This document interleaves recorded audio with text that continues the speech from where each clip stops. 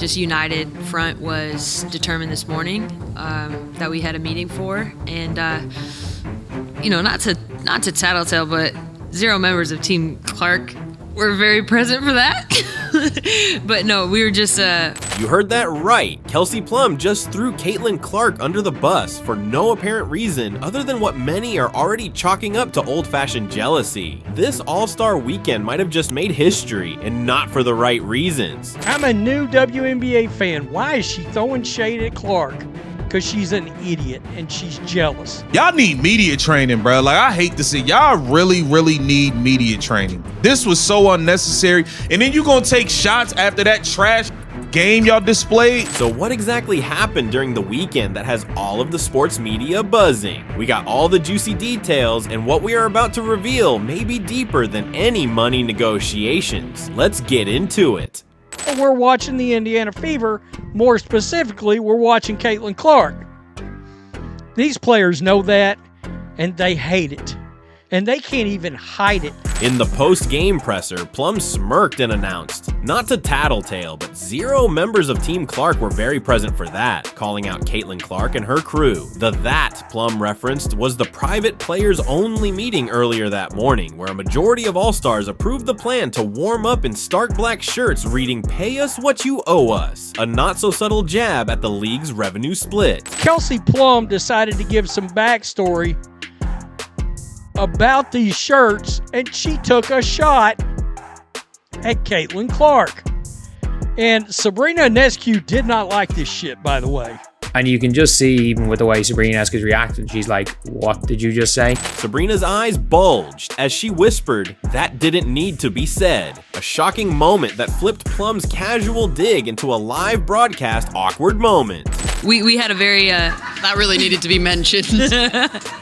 I'm trying to make a situation light, okay? Clark, nursing a groin tweak, still slipped on the protest tee for warm-ups, yet the jab instantly reframed All-Star Weekend from a showcase of players to jealousy exploding around the league. Speculation exploded online before Plum even left the podium. Some hailed her as a hater, others smelled envy from the comment. After all, Clark has spent 10 months hijacking headlines, driving ratings, and inflating attendance by almost 50%. So why single her out? Veteran resentment, pure frustration, or the uncomfortable truth that one star now wields more economic growth than half the league combined? The question isn't whether Plum's comment was malicious, it's why she would even say such a thing when Caitlin Clark is single-handedly carrying the league. And the blatant jealousy, the blatant hatred towards Caitlin Clark is, it's obvious. They don't even try to hide it. If you've ever settled in for an all-star showcase expecting trick passes and playful defense, this one started differently. Instead of the usual bright warm-ups, every player jogged out in coal black tees, shouting "Pay us what you owe us" in block letters big enough to read from the nosebleeds. The message was clear to any sports fan who's followed a contract holdout. We're tired of crumbs. Players get barely a fraction of league revenue, roughly 1/10 by most estimates, while NFL and NBA stars split the pot down the middle. Yet the WNBA has also been swallowing 8-figure losses for years, kept afloat by NBA subsidies. So the moment felt like watching teammates argue over pizza money when the pizzeria's already in the red, losing millions. Fans in the stands traded uneasy glances. Were they witnessing a landmark stand for equity or a very public family feud that might scare off the momentum Caitlin Clark just injected into the sport? We know your league doesn't make a profit. And the only hopes of it making a profit is that lady right there on my screen. That is the person that can make the profit, and they know it.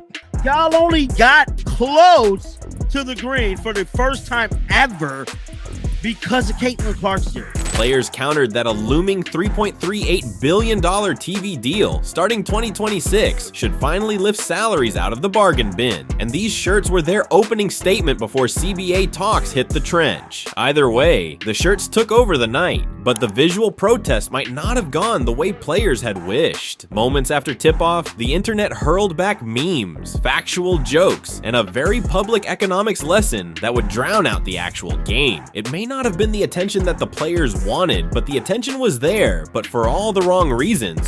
Whoever told them to do this was a bad move. This is now going viral. I mean mega viral, and not in a good way. This backfired from a PR standpoint royally. The WNBA is getting rushed, obliterated. Before the opening tip, the protestees were already the biggest topic on group chats and fan forums. Clips of the players lining up in black flooded feeds, and sports blogs like Barstool fired the first volley. NBA checks YMCA numbers. From there, the commentary snowballed. What exactly are they owed? How does the math break down? They want NBA checks with YMCA numbers. Casual fans reposted league loss figures, around $40 million last year, wondering how a business still in the red could promise NBA-style paydays. Others joked that the shirts should have read, "Pay us when there's something to pay." The tone felt less like a culture war and more like a bar-top debate after Sunday football. Passionate, sarcastic, and heavy on the pocket calculator math. The WNBA, I have $3. Are they even making a profit? Or are they still relying on NBA money? Still relying on NBA money.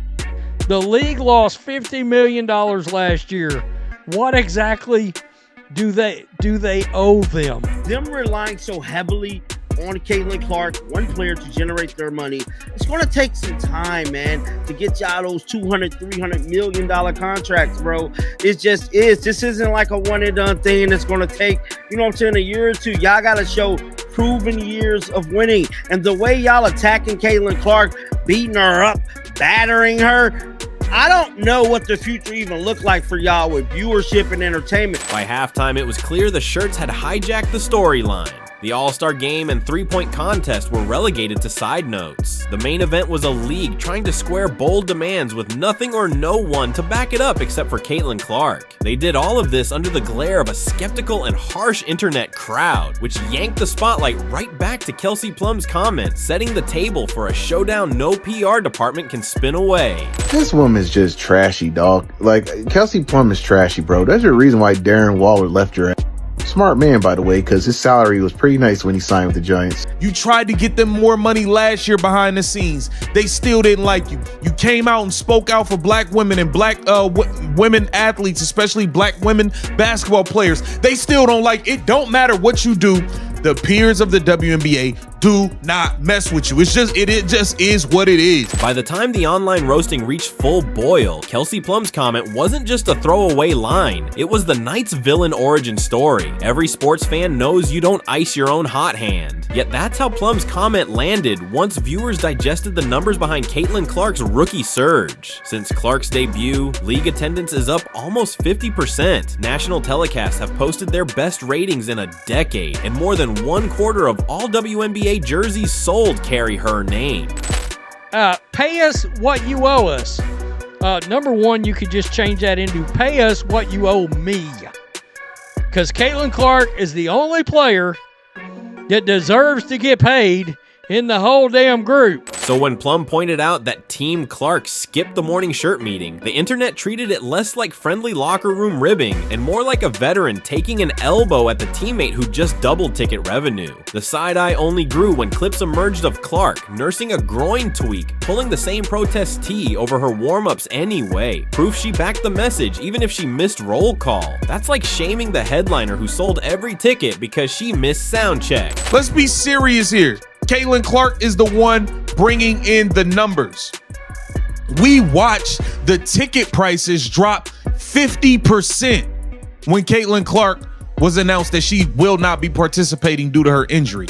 The ticket prices dropped by 50% for an all-star game.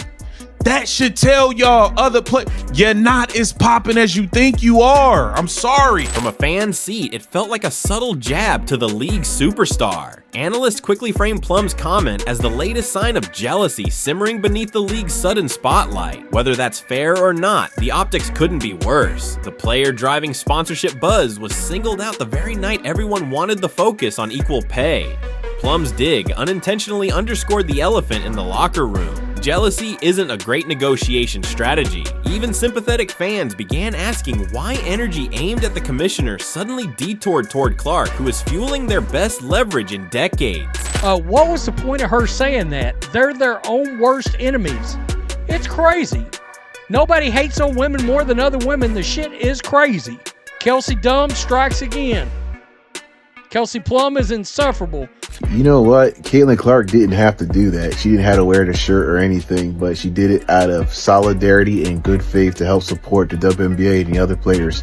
What do? You discredit her and discredit everybody on her team about. The moment Kelsey Plum finished her 0 members of Team Clark dig, the press room's energy shifted from playful banter to secondhand embarrassment. Sitting just a seat away, Sabrina Ionescu blinked twice, turned toward Plum with a tight smile, and quietly muttered, "That didn't really need to be mentioned."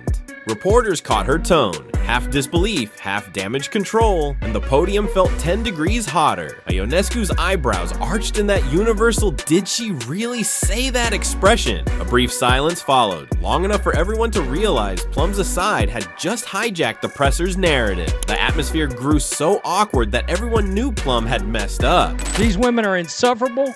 They don't deserve more money. They don't get any ratings outside of Caitlin Clark. They openly disrespect her. They don't deserve Caitlin Clark.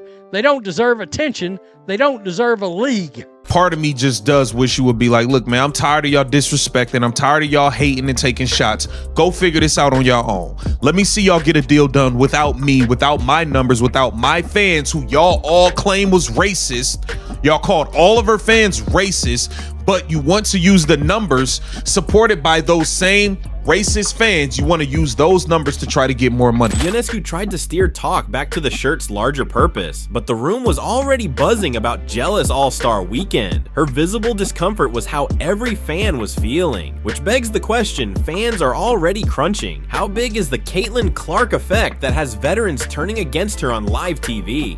Really unfortunate that Caitlin Clark missed it. The crowd would have been exploding. The crowd would have been exploding. The arena would have been exploding.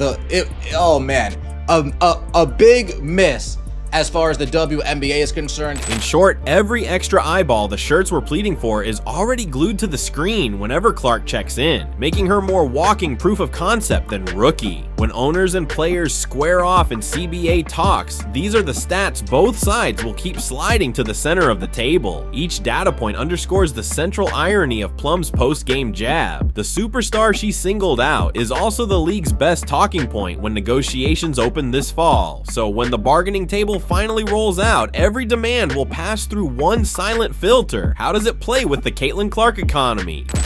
Are they even making a profit? Or are they still relying on NBA money? Still relying on NBA money. And remind everyone the league still leans on NBA subsidies to keep the lights on. Fans have seen this movie. If talks stall, training camp boycotts turn into missed paychecks, and suddenly the momentum Clark created becomes a hostage to boardroom brinkmanship. Quiet rumblings around the league hint at contingency schedules, shorter seasons, neutral site barnstorm games. If the two sides don't close the gap, and every time a player mentions keeping all options open, social media imagines a winner without tip-offs. Bottom line, the next year will feel like a full court press off the floor. A deal gets done and the shirts look like a bold opening play. Miss the shot and they could become the souvenir from the season that never started. And when the clock strikes October next year, unity, economics, and ego will all be on the same collision course, one that could redraw the future of the league in a single vote. From $121 all the way down to just $64 after news broke that Caitlin Clark won't be playing. These are people saying, I'm done. I don't want to watch. Caitlin Clark's not. I bought tickets solely to watch Caitlin Clark in the All-Star game. I made accommodations solely to get to Indiana to watch Caitlin Clark in the All-Star game. She is injured. I have no interest in that anymore. People are selling their tickets so much so they just want off of them. 121, okay. You want it for 100? Oh no, okay. I guess I gotta lower it to 80. Oh, you don't want to buy it for 80? Okay, I guess I'll lower it to 70. You don't want to buy it to 70? I guess I'll lower it to $64. The WNBA is paying attention to these trends, and they're seeing firsthand what Caitlin Clark is worth.